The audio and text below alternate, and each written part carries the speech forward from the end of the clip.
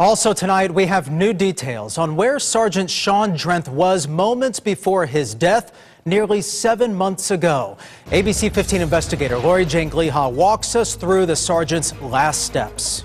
41 George, where's it at? That's Sergeant Sgt Trents' voice on a dispatch recording on the night he was shot to death on duty.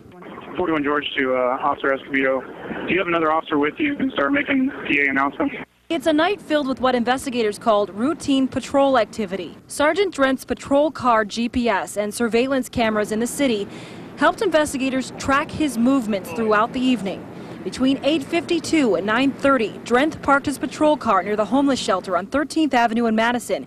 It's a place where Phoenix police often patrol. Then he moved on, patrolling the streets in areas known for transients and drug activity. 2 times in the night, Sgt Trents came here near 15th Avenue in Buchanan.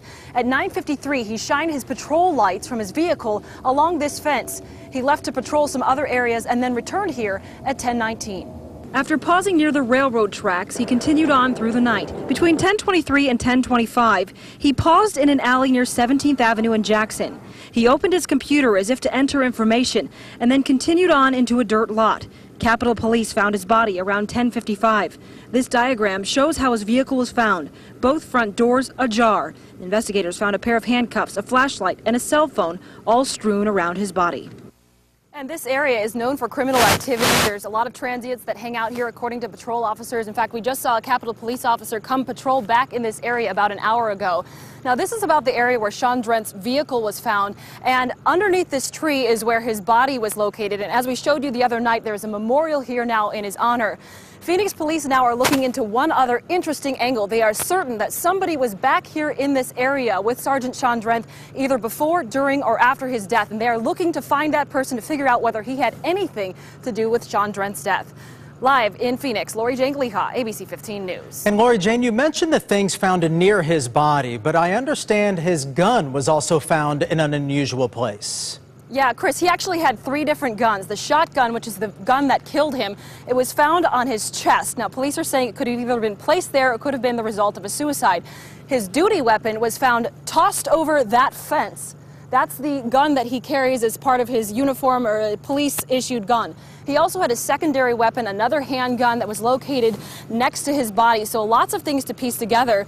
There's also another interesting angle to this story. As you know, Sergeant Sgt Trents was facing a possible indictment, accused of taking extra money in an off-duty security scheme that he was working. And there were a few other officers that were involved in that scheme. And Christina Boomer has been working on that issue and how those people's names have turned up in these police reports as well.